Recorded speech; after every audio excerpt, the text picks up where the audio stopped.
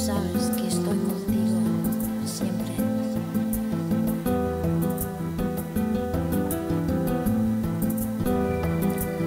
Hello everybody. ये second row क्यों छोड़ दिया सब लोगों ने? अच्छा, thank you so much for coming everyone. आज बहुत ही ख़ास दिन है हमारे लिए, क्योंकि जो हमारी फिल्म है सीक्रेट सुपरस्टार, ये एसेंशियली एक म्यूज़िकल है। इट्स एसेंशियली म्यूज़िकल फिल्म, और आज हम अपना म्यूज़िक लॉन्च करने जा रहे हैं आप लोगों के लिए, आप लोगों के सामने। तो सबसे पहले तो मैं अद्वैत को बुलाना चाहूँगा। अद्वैत, प्लीज़ जॉइन मी, जो फिल्म के राइटर डायरेक्टर हैं।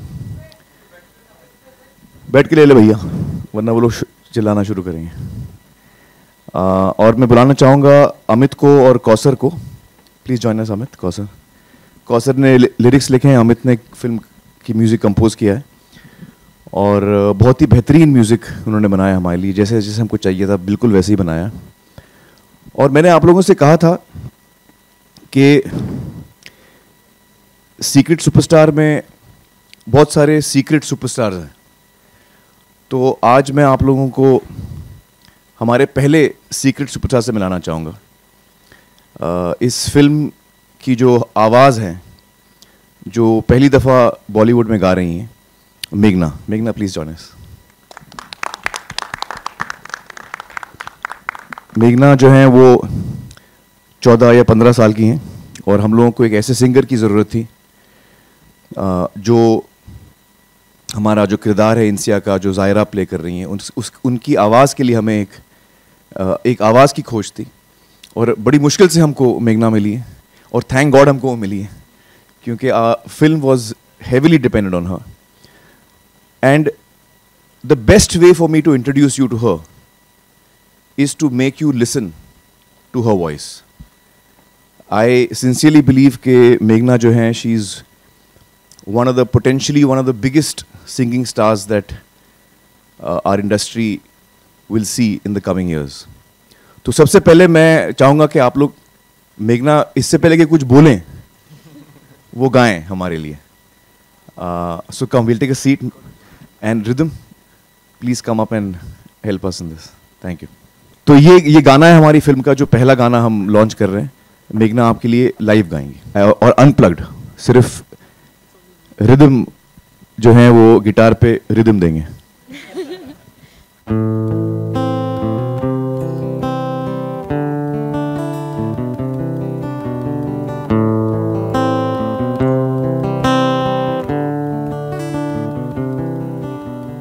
कोई ये बता दे मैं हूँ कहाँ, कोई तो बता दे मेरा पता, सही है कि नहीं मेरी ये डगर, लूँ कि नहीं मैं अपना ये सफर, डर लगता है सपनों से कर देना ये तबाह, डर लगता है अपनों से दे देना ये दवा।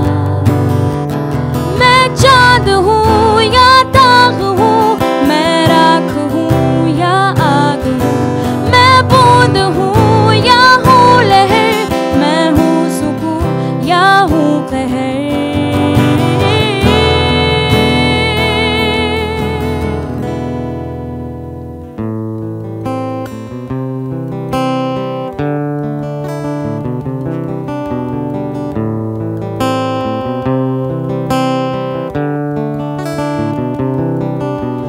कोई ये बता दे मैं कौन हूँ,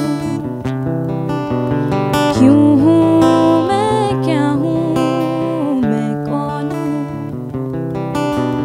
यकीन है कि नहीं खुद पे मुझको, क्या हूँ कि नहीं मैं, है फर्क पड़ता क्या, किसके कंधों पे हो जाए जो खता, किसको राहों में ढूंढूं हो जाए जो पता। मैं चाँद हूँ या दाग हूँ, मैं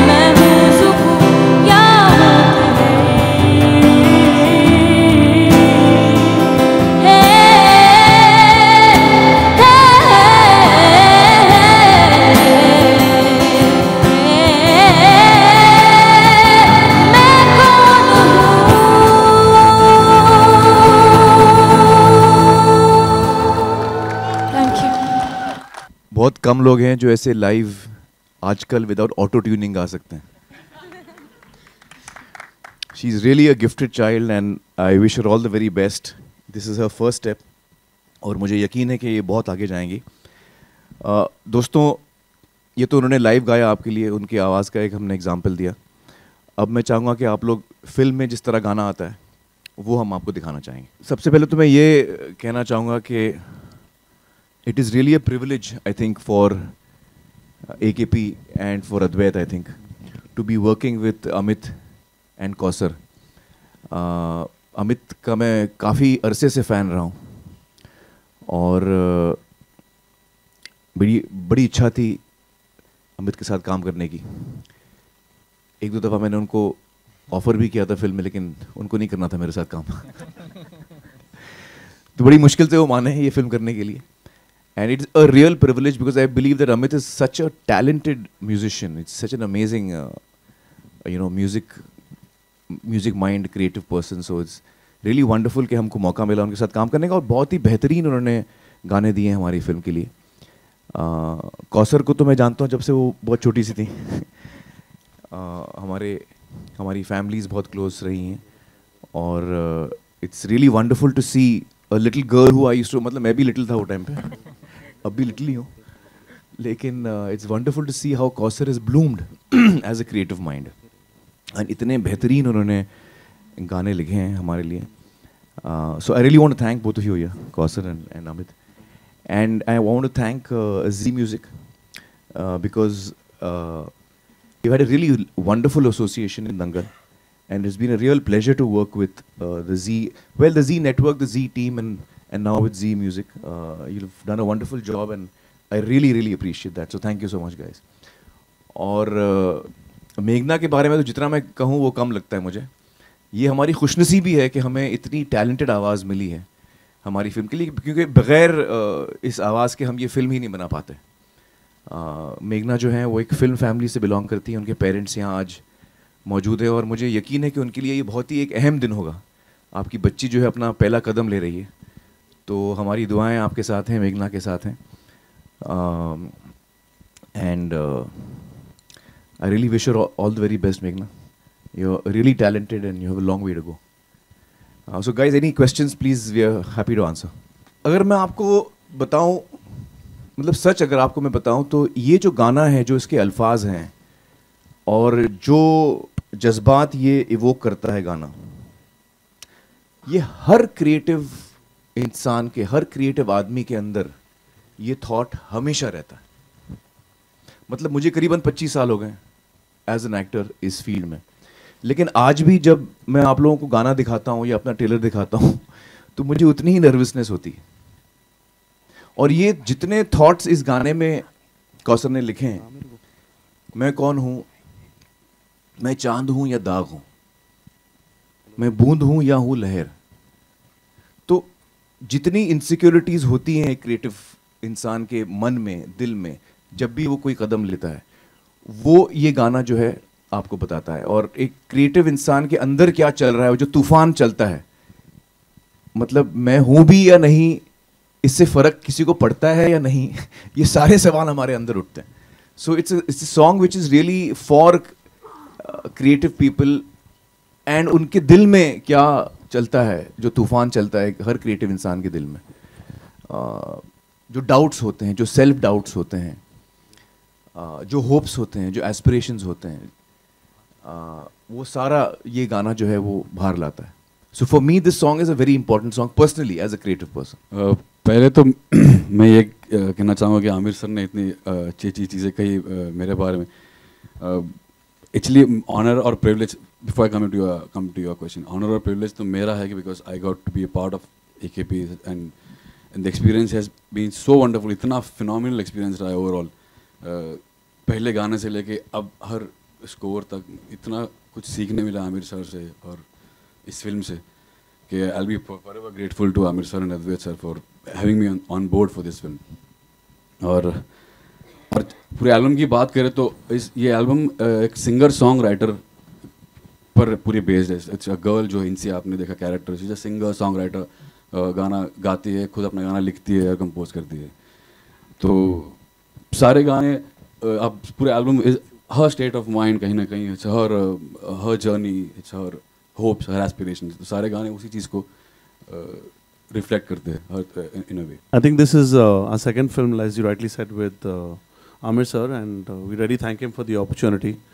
It's been a great association. We were new kids on the block on Dangal, and now I think it's time we show the world that we are the #1 label. And thanks for the opportunity with this. Amit and us go back long. We've done not only 4, I think we've done some more number of albums, and I'm sure this is another success to the rooster of films that we're doing with AKP and Amit. I don't know whether you'll call her a rebel. Rebel तो नहीं है, लेकिन हर creative इंसान में कुछ तो rebellion होता है, और वो अपनी जगह ढूंढ रही है. वो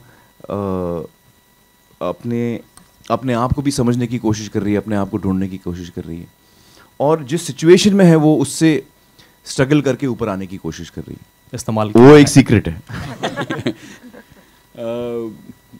एक्चुअली यार, दरअसल फिल्म में या तो 7 गाने हैं या 8, हम लोग भी श्योर नहीं है. हेलो.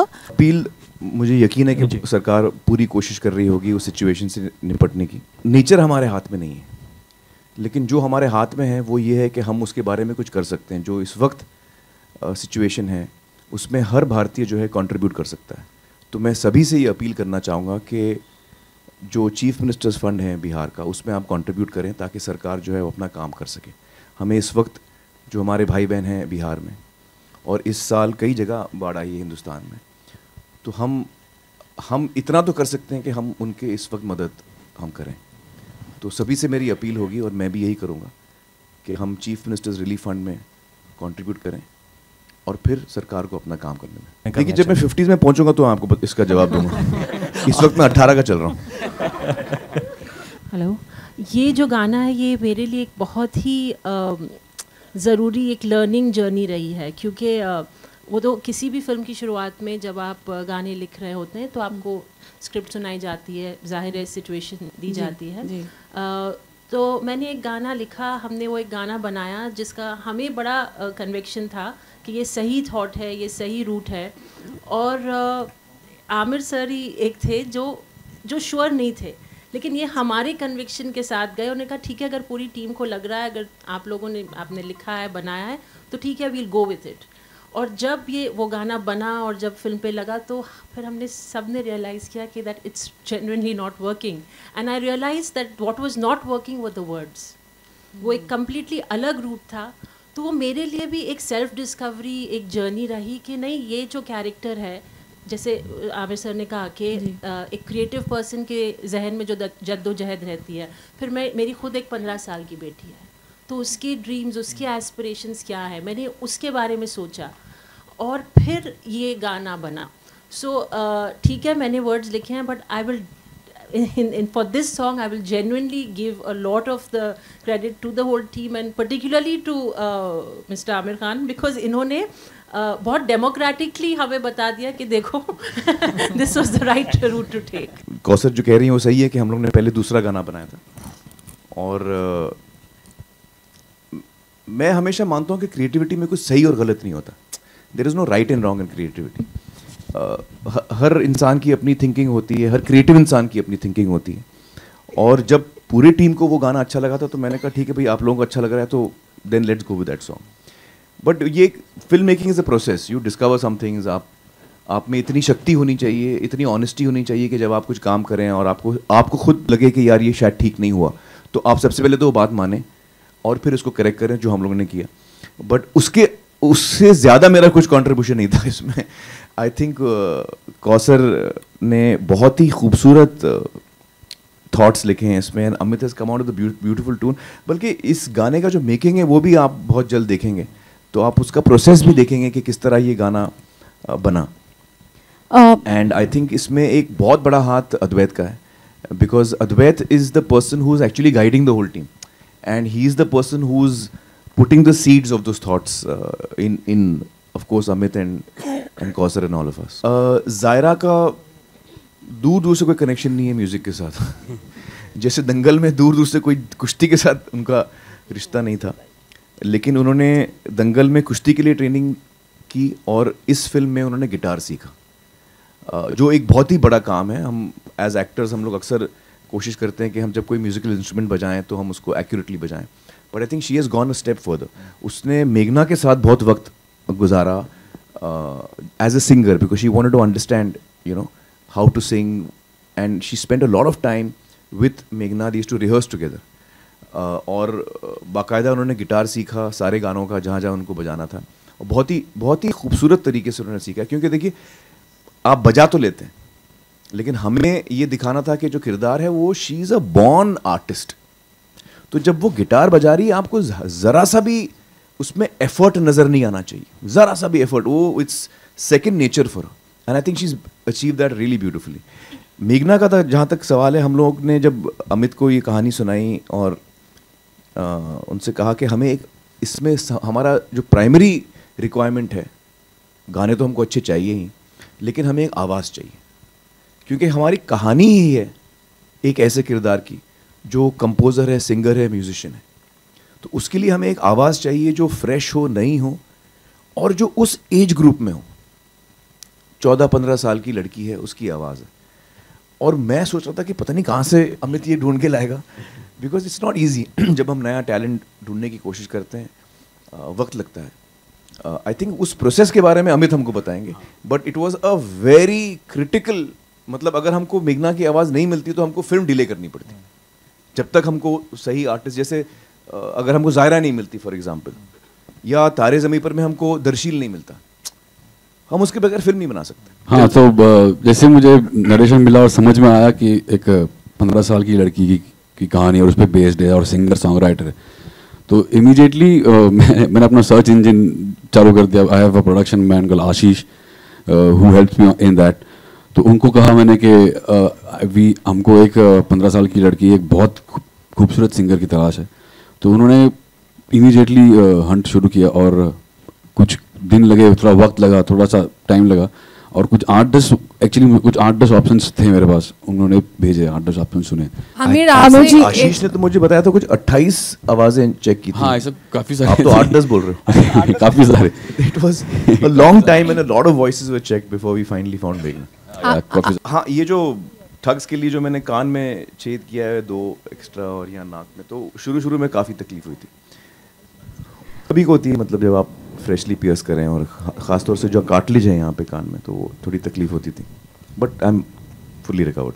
सबसे ज़रूरी चीज़ था कि सबसे पहले दिन जब मुझे कुछ पता नहीं था इस बारे में, और मुझे तो ये भी नहीं पता था कि मैं क्या करने जा रही हूँ, तो काम क्या है, फिल्म है कि क्या है. बट जब मुझे पता चला फुल्ली कि ये फिल्म है, म्यूज़िक पे बेस्ड है, तो बहुत ही मतलब एक क्रिएटिव लगा कि चलो फाइनली एक अच्छे एक्चुअल म्यूज़िक पे बेस्ड एक फिल्म बन रही है. और बहुत रिस्पॉन्सिबिलिटीज़ थे, बट देन मैं तो सिर्फ फॉलो कर रही थी, but I think Amit sir और पूरी टीम पे ज़्यादा रिस्पॉन्सिबिलिटीज़ थे मेरे पे. मैं तो सिर्फ फॉलो कर रही थी उन लोग को, जो भी वो इंस्ट्रक्शंस दे रहे थे. एक्चुअली इनको पहले दिन पे जब मैं मिला था, तो ये काफ़ी थोड़ी नर्वस थी. एक्चुअली मैं तो अभी भी, मैं आपके साथ बैठा अभी भी हूँ, बट उस वक्त काफ़ी नर्वस थी, थोड़ी इंटिमिडेटेड थी, बिकॉज इनको पता था कि आमिर खान की फिल्म, सर की फिल्म है, और मैं म्यूज़िक कर रहा हूँ, तो वो थोड़ी सी वो थी. तो उनको मैंने सबसे पहले तो कंफर्ट किया, और उनको बोला कि प्लीज़ आप रिलैक्स कीजिए, बिकॉज आपकी वो आवाज़ बहुत खूबसूरत है, आपकी गायकी में, आपके गाने में बहुत दम है, और हमें आपकी टैलेंट की इस फिल्म में बहुत ज़रूरत है. सो वो कंफर्ट उनको दिया, और उनको धीरे धीरे गानों से इंट्रोड्यूस करवाया, और बाद में she kind of gel beautifully, और हमारे बीच की केमिस्ट्री भी थोड़ी बेटर होने लगी, because it for me also, for both of us it was a new experience with each other. But I think the ice breaker was when we went to Panchgani. That's where at Amir's house. That's where the actual work process started, of writing, of jamming together, jamming with each other, with Advait, with Kausar, with Meghna. We all of us were there, and that's where things we started flowing easily, smoothly, and nicely. I think perfection is the एक थी चीज़ जो मैंने Aamir sir से सीखी, और Amit sir और दोनों actually Amit sir और आमिर सर दोनों ही बहुत डेडिकेटेड हैं टूवर्ड्स उनके काम में। तो जो भी वो काम करते थे पूरा डेप्थ में जाके एकदम कैसे हर चीज़ को वो फाइन कर सके, हर चीज़ को वो एकदम ताकि सबको पसंद आए। तो ये चीज़ मैंने सीखी कि हर एक जो भी वर्क उनको मिलता था वो बहुत ही एकदम क्लैरिटी करने के लिए, उसको क्लियर करने के लिए बहुत ही डेप्थ में जाके उसका जो भी काम था वो करते थे।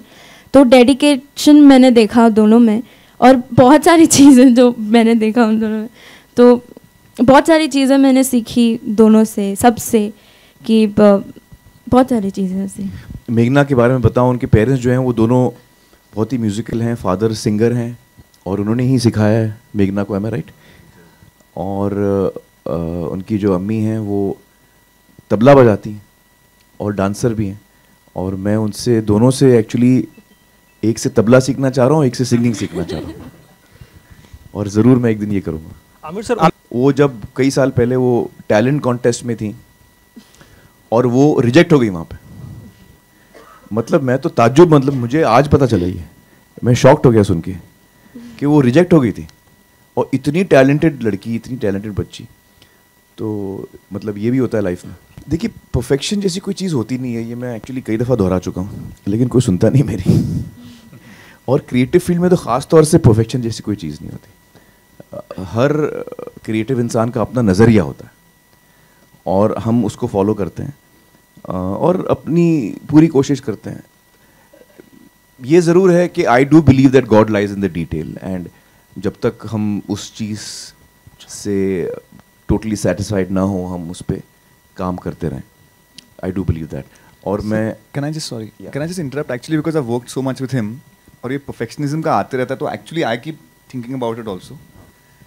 I don't think he is a perfectionist, I feel like he is just way more hardworking than other people, because very often what happens is when I'm working with you on something, whether it's a making of unit or a song, कहीं जाके लगता है चल अभी थक गए, अभी हो गया, अच्छा बन गया, and then he'll still work on it for 1-2 more weeks, you know. So I feel like it's just that you're so much more hardworking than other people that at some point people stop and then you keep going at it, which to others feels like यार ये बंदा कितना perfectionist बन रहा है. Actually, I would like to add, because I have had the first time experience working on this, and I've heard about it, but when I've worked with sir, the constant thing that I realize that in AKP is all about bettering the product.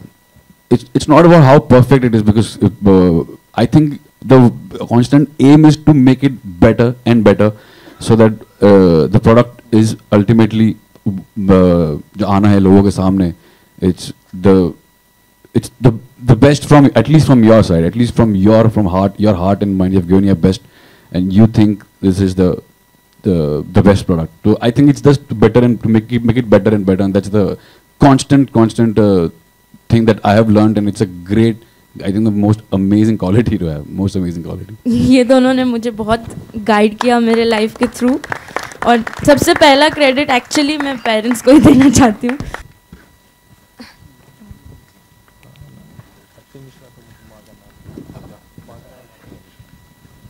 Once the film was in a shape that we felt is ready, then we were looking for the right date. We were in fact trying to release in August earlier, but we realized कि हम लोग जो काम है वो पूरा नहीं होगा, तो then we looked for a date which is later.